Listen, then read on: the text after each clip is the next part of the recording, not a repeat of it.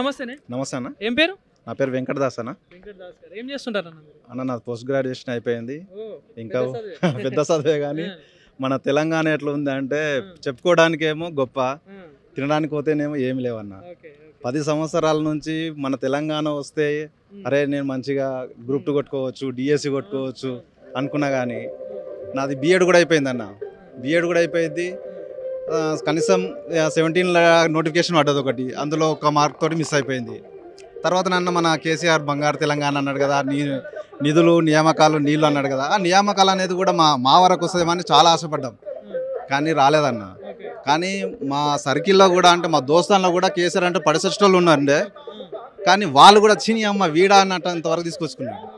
కానీ ఇప్పుడు మన గవర్నమెంట్ వచ్చింది కాబట్టి వచ్చిన నెల రోజుల్లోనే వాళ్ళు అన్నట్టు కూడా మెగా డిఎస్సి చేస్తామన్నారు, అదే మాట మీద ఉన్నారు. దానికి 5,000 పోస్టులకు ఇంకా 6,000 పోస్టులు కానీ ఇంకా రిటైర్ అయితే ఆ దాంట్లో కలుపుకొని కూడా ఇంకా ఎక్కువ పోస్టులు వేయడానికి వాళ్ళు కొంచెం సమయం తీసుకుంటున్నారు. కానీ ఖచ్చితంగా కాంగ్రెస్ గవర్నమెంట్ వేస్తుంది. అంటే నేను కాంగ్రెస్లో ఉన్నా కానీ వీళ్ళపైన నమ్మకంతో చెప్తున్నాను. ఇప్పుడు వాళ్ళు ఎట్లా చెప్తున్నారు అంటే ఖచ్చితంగా చేస్తాం బా. ఇప్పుడు ఎందుకంటే ఒక కష్టం విలువ ఒక రైతు బిడ్డకే తెలుస్తుంది. ఆ రైతు బిడ్డ ఎవరంటే రేవంత్ అన్నని.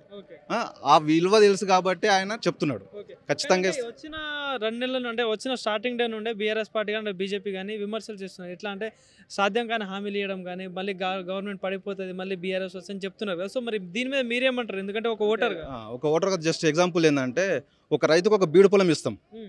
ఆ బీడు పొలం ఇచ్చినప్పుడు ఆ ఆలోచన ఆ రైతుకు వస్తుంది. ఆ రైతు ఎవరంటే ఇక్కడ రేవంత్ రెడ్డి.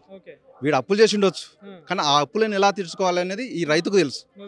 ఈ రైతుకు ఎక్కడ బోర్ వేయాలి, ఎక్కడ నీళ్ళు ఉంటాయి, ఎక్కడ ఏ పంట వేయాలనేది ఈ రైతుకు తెలుసు. కాబట్టి ఎలాంటి నిధులు తీసుకురావాలి, ఏం చేయాలనేది రేవంత్ అన్న ఖచ్చితంగా తెలుసు. కాబట్టి ఖచ్చితంగా ఆ మిగులు ఉండే తెలంగాణ ఎలా ఉండేనో ఆ విధంగా చేస్తారని ఖచ్చితంగా మాకు నమ్మకం ఉంది. తెలంగాణ ప్రజలకు ఆయన పైన భరోసా పెట్టినాము, భరోసా పెట్టి గెలిపించినాం కాబట్టి ఖచ్చితంగా ఆయన చేస్తాడని నమ్మకం ఉంది. అంటే విద్యా వ్యవస్థ ఎట్లా ఉందంటారు? ఎందుకంటే మీరు పోస్ట్ గ్రాడ్యుయేషన్ చేసి అంటున్నారు. సో విద్యా వ్యవస్థ ఎట్లా ఉంది? ఎందుకంటే 10 సంవత్సరాల నుండి విద్య అంటే డిగ్రీ నుండి పీజీ నుండి డిగ్రీ అంటే చేస్తూ ఉంటున్నారు. సో ఎట్లా నేను బీఎడ్ డైట్ చేసేటప్పుడు ఏంటంటే అంటే బీఎడ్ చేశాను, డైట్ అయిపోయింది అది కూడా.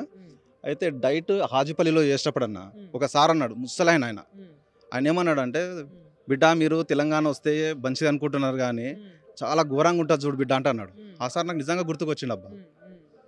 ఆయన టీవీ రంగారావు ఆయన సార్, ఆ సార్ పక్కన ఇంకో సార్ ఉంటుండే, ఆయన చెప్పాడు. ఇప్పుడు ఆయన ఎట్లా చేసిండంటే విద్యా వ్యవస్థను కూడా నిర్వీర్యం చేసిండు బాయ్. గురుకు ఉచిత విద్య అనడం జరిగింది. అవును. ఇప్పుడు ఒక్కసారి చటాన్పల్లి గురుకులాలు కట్టుకోండి, ఎవరు ఎక్కడొద్దు. చటాన్పల్లి ఉంది కదా మా తాన, చటాన్పల్లి గురుకులకు పోండి. అక్కడ మా అబ్బాయి చదివిండు, అక్కడ అందరికి కామన్ బాత్రూమ్స్ ఉన్నాయి అబ్బా. కామన్ బాత్రూమ్స్ పెట్టి కూడా అందరికి పోతే కూడా స్మెల్ వస్తున్నది తెలుసా. దీని ద్వారా కూడా ఆయనకు చెప్తున్నాం మనం. మా రేవంత్ అన్న వచ్చింది కాబట్టి ఇలాంటి సమస్యలు కూడా మళ్ళీ పునరావృతం కాకుండా ఖచ్చితంగా చర్య తీసుకొని పిల్లల్ని కూడా మంచిగా తెలంగాణ పబ్లిక్స్ అంటుండు కదా, అట్లా చేసి మంచిగా విద్యను అందించాలి. ఇంకోటి ఈ బడ్జెట్లో కూడా 21,000 కోట్లు కేటాయించింది విద్యా వ్యవస్థకి, అది కూడా మంచి శుభపరిణామమే.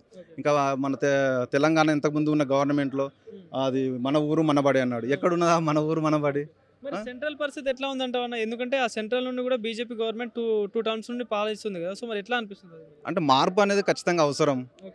మార్పు అనేది సెంట్రల్లో కూడా, ఎందుకంటే చూద్దాం అంటే మోడీ చేస్తున్నాడు కానీ ఇంకా మంచిగా చేస్తాడేమో చూద్దాం. ఈయన కూడా అంటే ఒక నాయకత్వం అనేది వాళ్ళకు వస్తేనే కానీ తెలియదు. మనం మార్పు అనేది కావాలి. ఆయన ఎంతవరకు దాన్ని అచీవ్ అవుతాడు, ఏం చేస్తాడు అనేది మనం చూద్దాం. ఇప్పుడు ఏదైతే మీ పార్లమెంట్ సెగ్మెంట్లో చూసుకుంటే మహబూబ్ నగర్ నుండి చూసుకుంటే మరి ఇక్కడ ఎట్లా ఉంది మరి పరిస్థితి? అంటే ఇక్కడ అటు కాంగ్రెస్ కానీ బీజేపీ కానీ బీఆర్ఎస్ కానీ వీటి పరిస్థితి ఎట్లా ఉంది?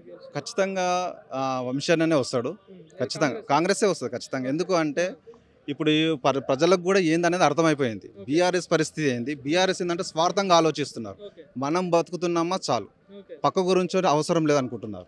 ఈ మన కాంగ్రెస్ ఏంటంటే వాళ్ళు కూడా చిన్నప్పటి సంది కష్టపడ్డారు, వాళ్ళకి ఏం తెలుసు అనేది చూసుకున్నారు, వాళ్ళకి ఏమైతే బాగుంటుందని తెలుస్తున్నారు, ఊరు తిరుగుతున్నారు, సమస్యలు తెలుసుకుంటున్నారు. కాబట్టి శంకరన్న ఏ విధంగా చేసిండో వంశన్న కూడా అదే విధంగా చేస్తున్నాడు. ఖచ్చితంగా వంశన్నను కూడా మేము గెలిపిస్తాము. అంటే వస్తుంటాడు అన్న మరి ఎప్పుడంటే గతంలో కూడా ఒకసారి పోటీ చేయడం జరిగింది అదే వంశేంద్ర రెడ్డి గారు. సో మళ్ళీ ఇప్పుడు వస్తున్నారు. సో ఎట్లా ఉంటుంది మరి మధ్యలో ఎప్పుడైనా వచ్చి మీ సమస్యలు తెలుసుకోవడం అట్లా జరిగిందా? వచ్చిండు అంటే మా ఊరికి రాకపోవచ్చు కానీ ఇప్పుడు శంకరన్ ద్వారా మా ద్వారా ఏమైనా సమస్యలు ఉన్నా కూడా పరిష్కరించడం జరుగుతుంది ఖచ్చితంగా. అంటే ఇప్పుడు డైరెక్ట్ అన్ని తిరగలేడు కాబట్టి మధ్యవర్తి ఎవరైతే పెద్ద మనిషి ఉంటాడో అతను తెలుసుకొని మీ ఊరు లేదని ఉన్నదని చేస్తారు ఖచ్చితంగా. ప్రధానంగా ఏమున్నాయి మరి ఇక్కడ సమస్యలు ఏమున్నాయి మరి? సమస్యలు అంటే మెయిన్గా అంటే ఒక రోడ్ ఉంది, ఆ రోడ్ కూడా చేస్తారని చెప్పారు, అన్న కూడా చెప్పిండు, శంకర్ అన్న కూడా చెప్పిండు, చేస్తారు, ఖచ్చితంగా చేస్తాడు. ఇంకా మంచిగా ఉన్నాయి, మా ఊళ్ళో అయితే బాగానే ఉంది. ఇంకా కొంచెం నియోజకవర్గంగా కూడా సమస్యలు ఉన్నాయి. తెలంగాణ గవర్నమెంట్ 10 సంవత్సరాలు చేసింది కానీ మా ఊరికైతే ఏం రోడ్ చేయలేదు అబ్బా. ఎందుకంటే వెహికల్స్ వస్తుంటాయి కాబట్టి ఒక రోడ్ చేయాలి ఖచ్చితంగా. నందిగాం రోడ్డు, అప్పరెడ్డిగూడెం రోడ్డు, అదేవిధంగా విల్రపల్లి నుంచి అది అంతేటిగూడెం నుంచి షాద్నగర్ వెళ్ళే రోడ్డు చాలా అధ్వానంగా ఉన్నాయి. ఆ రోడ్లు ముఖ్యంగా రోడ్లు బాగుంటే కొంచెం మంచిగా ఉంటుంది, రవాణా వ్యవస్థ బాగుంటుందని. Right thank you.